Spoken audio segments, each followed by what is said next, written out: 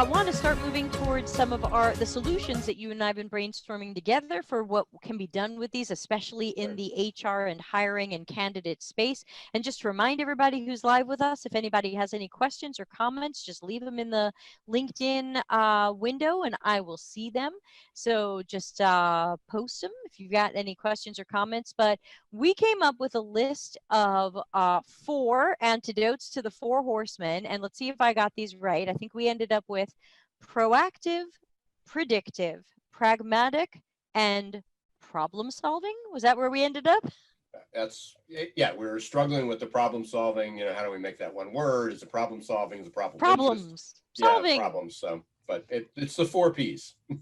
Okay, the 4 P's will kill the 4 horsemen. So let's start with proactive. I talk a lot in all the talks that I give in my book about being proactive to better understand our users and mitigate business risk. How would you suggest to people in the HR and candidate and employee space to be more proactive about these crappy experiences? One's really easy solution. Apply for a job on your own site. Eat your own dog food. Right. And again, it's you can say, well, we applied. I'm sitting at my desk. I got 2 27-inch monitor, actually, well, 32 and a 27-inch monitor. I got huge monitors here. I got a gaming computer. Not that I game, but I wanted it for the horsepower. I can check things on here and it works marvelous. However, my applicant or the applicant that might be applying for my client's job might be in rural Iowa. They're on a mobile phone. They have 1 bar on their phone. How does it work? Now, you don't have to travel all the way to rural Iowa to do this, or where you live. You're pretty remote in Italy. I just got LTE where I am. I was on 2G. Now yes. I'm on LTE. Check me out, yes, people. Yes. So we hear about, hey, we look at the T-Mobile maps and the AT&T maps and the Verizon maps. Is like, there's only a couple small sections in the country that aren't on 4G or now moving to 5G. And you go, bull.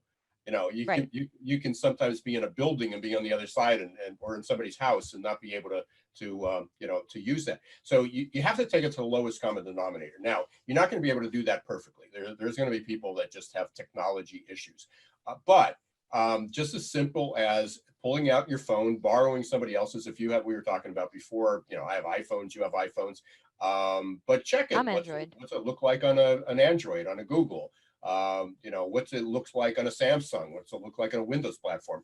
Now there are, and I'm trying to remember, one of them's called Responsinator, and you may have some suggestions. It's like, how do we know this? You can go to a program, it's actually free.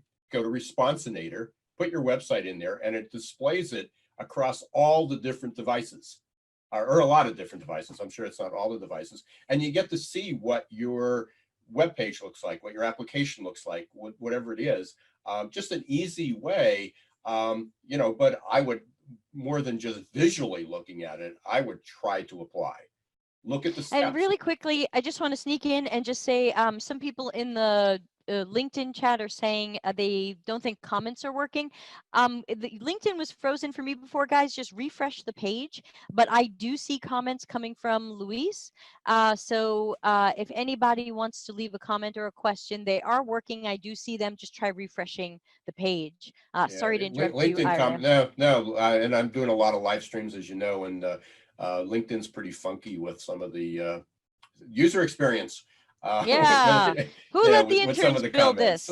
Yeah, so yeah, and I agree with you. And I usually tell people, the example that I use is, look, I know you imagine everyone's sitting at a desk at a great computer with a great connection, but try filling out your job form from your cell phone while on a city bus across town.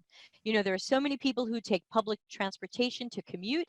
The bus might be the only break they get in the day when they're not being scrutinized at work or dealing with their kids or spouse or parents at home. Try filling out your job application on your phone from the bus as it goes across town and see how that goes. Yeah, well, it's not even a bus. I mean, hopefully you're not doing this while you're driving to work or on a freeway or a train. No, not in your own car. Make sure someone else is driving. But people, but you look at the population that companies are seeking, And, you know, a lot of them are young, a lot of them maybe in their 30s and 40s, they got young families. They're at your doctor office with their kids. They're sitting and waiting, and that's where they're doing it. They're at a soccer game, at a concert, at a baseball game with their kids. They're watching it, and they're all on their phone. Everybody's on their phone. Everybody's doing it. Some of them may be looking for a job because it's the only free time that they have to be able to do that. You need to, you know, as you said, eat your own dog food. Try it. And, you know, and again, some people try it for one job but they have different applications. But I still see PDFs that you have to download. You know, I don't know what you do with that on a mobile phone or a mobile device. Or how about upload your resume in PDF format, and you're on an iPhone and you're like, I don't keep my resume on my iPhone. What am I supposed to do now? Right. Hi, everyone. This is Ira Wolfe.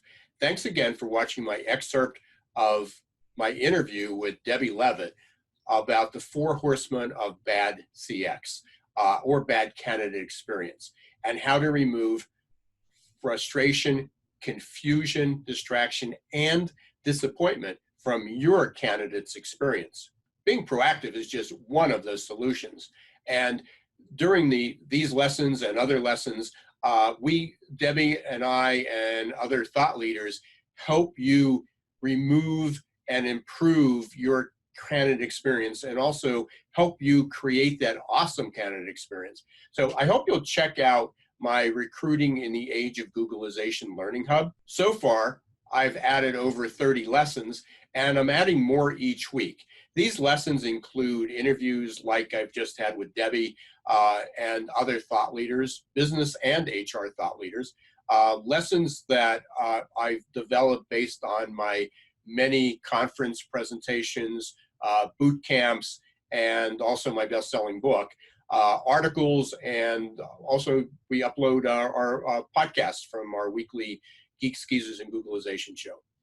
My company is also, Success Performance Solution, has also been approved to offer SHRM professional development credits. So not only will you be learning, but you can also earn credits toward your recertification as well. To give you just a taste of what you might expect inside the Learning Hub, I've created a landing page of content that I have created or curated over just the last 2 weeks. And you can access that by going to the link below. For those of you not interested in enrolling in the Learning Hub, I hope you will take the opportunity to join Googlization Nation. And you can do that by going to googlizationnation.com. Just follow the link below as well. Within that group, you'll get advanced notifications for all the live streams I'm doing. I'm doing about 1 a week. The podcast, also doing about 1 a week. And any articles that are published, as well as webinars I plan to be doing throughout the year. In addition to that, anyone who subscribes or enrolls in Googlization Nation, and it's free, so there's no cost to be able to do that, but anyone who subscribes will also have the opportunity to order a free copy of my new book, Recruiting in the Age of Googlization, edition 2.0. It will be out in February, and you'll have the opportunity to get a free copy of that. So I hope you'll take advantage of that. So a lot on the table, a lot of good things happening in 2020.